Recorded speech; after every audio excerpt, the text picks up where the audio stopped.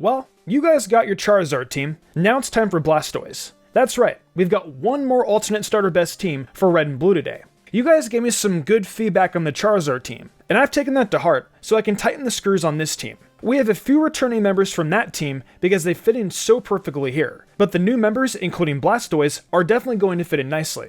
I feel like I've built a team around it that helps clear everything up, and for the most part, give us a clear and easy path for becoming champions of the Indigo League. You guys know how best teams work probably, but for anyone new to the series, allow me to fill you in real quick. A best team is a team of 6 Pokemon that is designed for the absolute best performance for its said Pokemon game. The team usually revolves around a best starter, but since we're using alternate starters, we're going to be rocking with Blastoise as I already said. Each team member is designed to do well against the Gym Leaders, the Elite Four members, and the Champion when it comes to Red and Blue.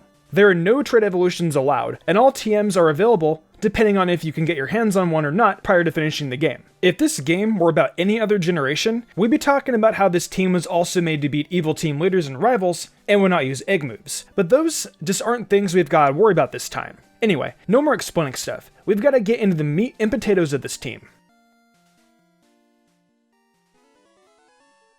Alright, let's go ahead and get to the starter as we always do, being Blastoise this time around. The cover Pokemon of Blue version is right behind Venusaur in the hierarchy of Kanto starters, and it fits a nice little role on the team as most water types have been on best teams in the past. It's your starter, you gotta get to level 36, and at that point you'd have a nice fully evolved Pokemon. Its 85 base special will be easy to take advantage of in the first gen thanks to its water typing, so it'll be definitely useful just like Lapras or Slowbro would be in this spot. Plus, you know, having something to easily just tear through Brock is always nice. Let's get right into the moveset and see what we've got to work with here. Alright, the moveset we have is Surf, Ice Beam, Earthquake, and Submission. Really original set, right? Well, we lead off with Surf, which you'll get from the Safari Zone. You can enjoy using Bubble Beam until then, which Misty will give you for beating her. Next up we have Ice Beam, which is easily obtainable on the top of the Celadon department store. You just need to give the girl up there some nice tasty fresh water. Is there anything water can't do? Next up is Earthquake, which you'll be finding in the Silphco. Thank you by the way for clearing that up, comments.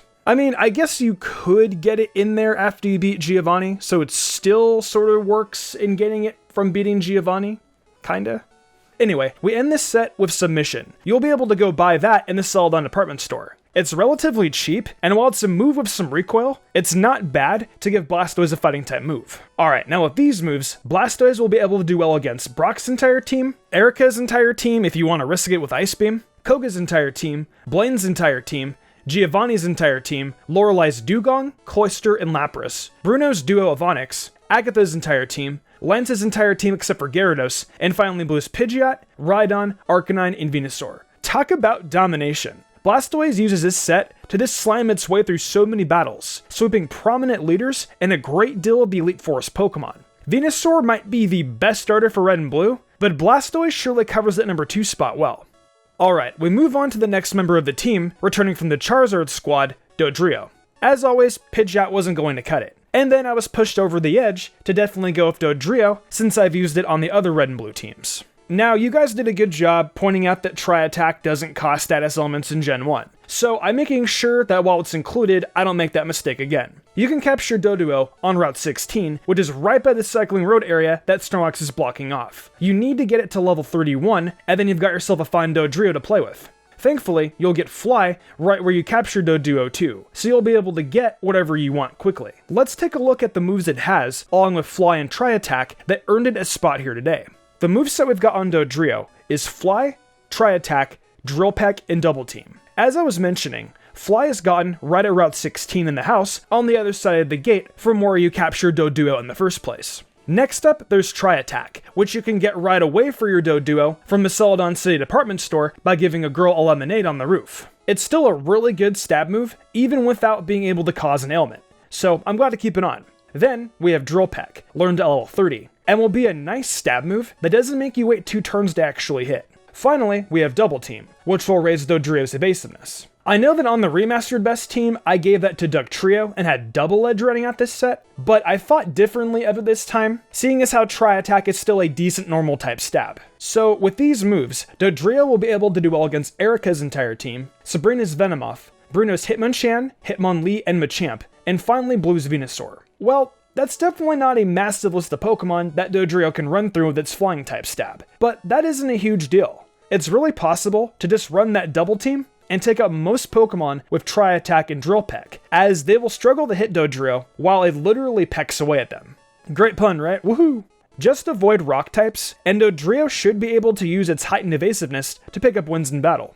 So I'll be bringing back yet another member from the Charizard and Remastered best teams for this video, and that would be Dugtrio. I don't feel like I have to go into too much detail about this thing, because it's pretty obvious why it's here. You can get it right before you battle with Lieutenant Surge, which essentially leaves this team powerless against you. And with the extremely high speed stat Dugtrio has, it's just a crit machine. I mean, who needs bulk when you're using Slash and everything in red and blue? So anyway, just peruse Diglett's cave for a while until you come across a wild Diglett or a Dugtrio, and then do your best to capture it. If you're able to find a Dugtrio, it should be around level 30, so it's definitely going to be a bit stronger than the rest of your team more than likely. But that is fine. Dugtrio is bringing Earthquake, Slash, Rock Slide, and Toxic into battle during this journey. We lead off with Earthquake, which Dugtrio will get at level 47, and until then, go ahead and use Dig, which should be on its moveset when you capture it. Next up, we have Slash. Dugtrio has base 120 speed, which is one of the highest of the generation, so Slash is going to pretty much always crit and hit for some tremendous damage. Next up is Rock Slide, which is a TM that can be gotten from that Tri-Attack girl on top of the Celadon department store if you give her some Soda Pop. That'll be fantastic for any ice types when it comes to coverage. Finally, we have Toxic, which you'll get from defeating Koga, and I felt it was a nice alternative move to double team since I decided to give that to Dodrio this time. Who doesn't like causing some residual damage?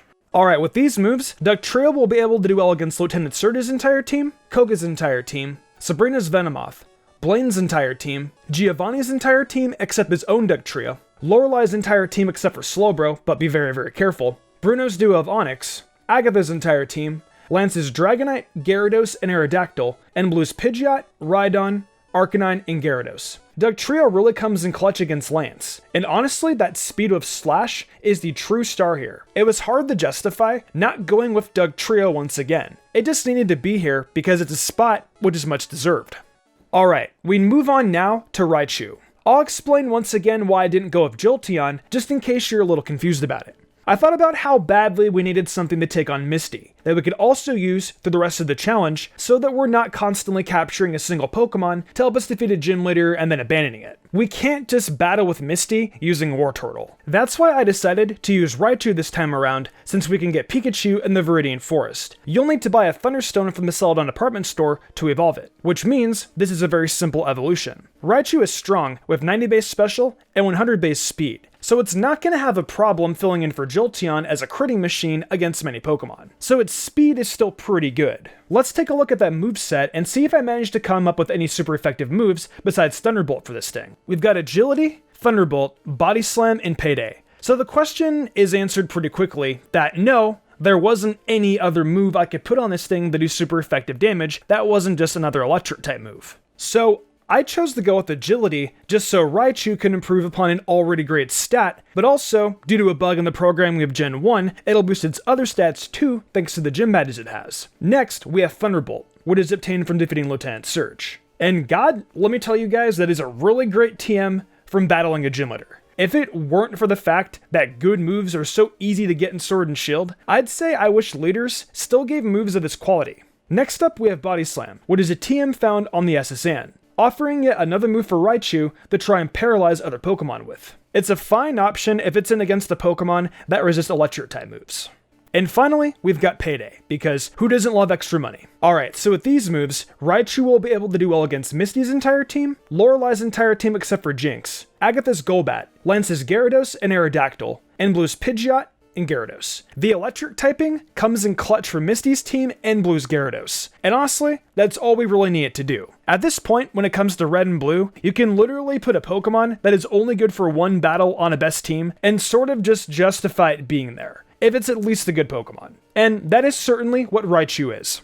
Next up on this team, we've got a fighting type option joining us, being Hitmonlee. That's right, another Pokemon returning from the Charizard team. But this is the last of that group. This time in the first generation, I figured it would be nice to have some fighting type presence, despite the fact that Hitmonlee is one of the latest Pokemon we'll be adding to the team. It's gotten in Saffron City at the Fighting Dojo after you defeat everyone inside. I know some of you more prefer Hitmonchan, but I'm honestly bigger into Hitmonlee myself. Let me know what you prefer in the comments. Now, the thing is that Hitmonlee quite simply will offer nothing but fighting and normal type moves. Though I don't think that's a big deal. As a matter of fact, let's get into the moveset and just go over what it'll be bringing to the table. So we've got High Jump Kick, Rolling Kick, Strength, and Meditate. High Jump Kick is the strongest stab move that Hitmonlee has. I figured it was just a good idea to keep it on. Then we'll be going with Rolling Kick, with a 30% chance to flinch out the opponent if it lands nicely. It is learned at level 33 and will surely be a useful move.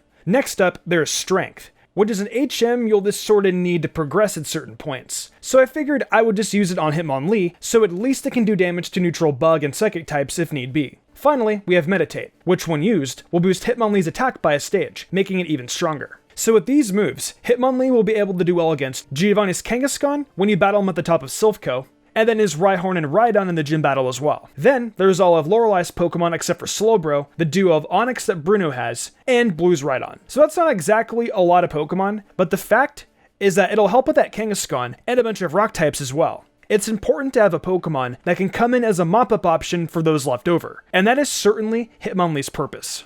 Alright, closing out this best team, we have an old friend making its appearance known, Snorlax. It's exactly what you like to see. A great Pokemon we're used to seeing, and that can feast in Kanto. And the biggest thing on my mind in bringing into the fold is coverage. Snorlax, being the OG awesome normal type, is very capable of playing the coverage game. And the moveset I've got together will show that off big time. You'll need to save Mr. Fuji and get the Pokeflute to wake Snorlax up, which would be after you clear out the rockets in the Celadon Game Corner, and then again in the Pokemon Tower. Let's go look at the moveset of this beast so I can show you exactly what I had in mind. The moves that Snorlax is using this time around is Amnesia, Thunder, Psychic, and Fire Blast. That's right, we've got Amnesia for Snorlax, which isn't exactly the most original idea in the world, but how could I avoid it? If you remember on the Charizard team, I brought in Slowbro as the water type, which I recently decided was the best water type to use in red and blue, by the way. And a big part of why I chose it was for Amnesia. It's a move that'll raise Snorlax's special stat by 2 stages, so it's going to look a lot better. And with that said, its special is going to rock it. It'll be able to go toe-to-toe with Sabrina's psychic types after being set up once or twice. And it at least works out for that role, since using Slowbro might have been too much, since we already had Blastoise. The moves complemented by Amnesia start with Thunder, which you'll need to surf down to the power plant to get. Then, we've got Psychic, which is easily obtainable in Saffron City for Mr. Psychic. And finally, there's Fire Blast, which you'll receive for defeating Blaine. If you guys think my special idea is a little bit too crazy, you can always just go ahead and run some physical normal type attacks as well. But I thought this set was really fun, and let me know what you guys think about it in the comments below. So, with this group of coverage moves, Snorlax will easily be able to do well against Koga's entire team, Sabrina's Venomoth, Giovanni's Nidoking and Queen, Lorelei's entire team, Bruno's Hitmonlee, Hitmonchan, and Machamp, Agatha's entire team, Lance's Gyarados and Aerodactyl, and finally Blue's Pidgeot, Gyarados, and Venusaur. It's a big help to have something with Amnesia on this team, even if it's a bit slow. It can take good special hits, and it will be able to dish out hard-hitting moves with a greatly enhanced special stat. It's honestly awesome to see my boy Snorlax coming back for another go in Gen 1.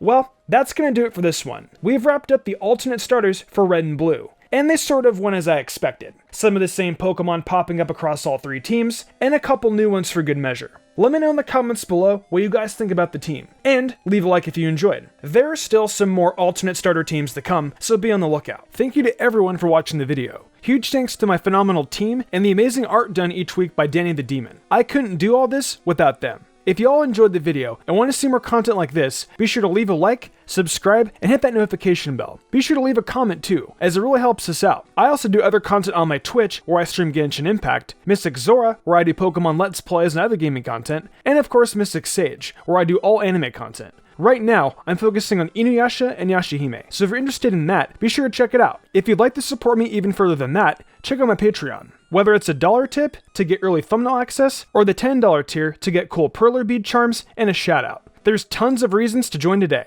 These lovely people did, and I thank them all so much for their support. It really means the world to me. I think I'm gonna wrap this up though. I'm Mr. Umbreon, and I will see you all next time with some more amazing Pokemon content.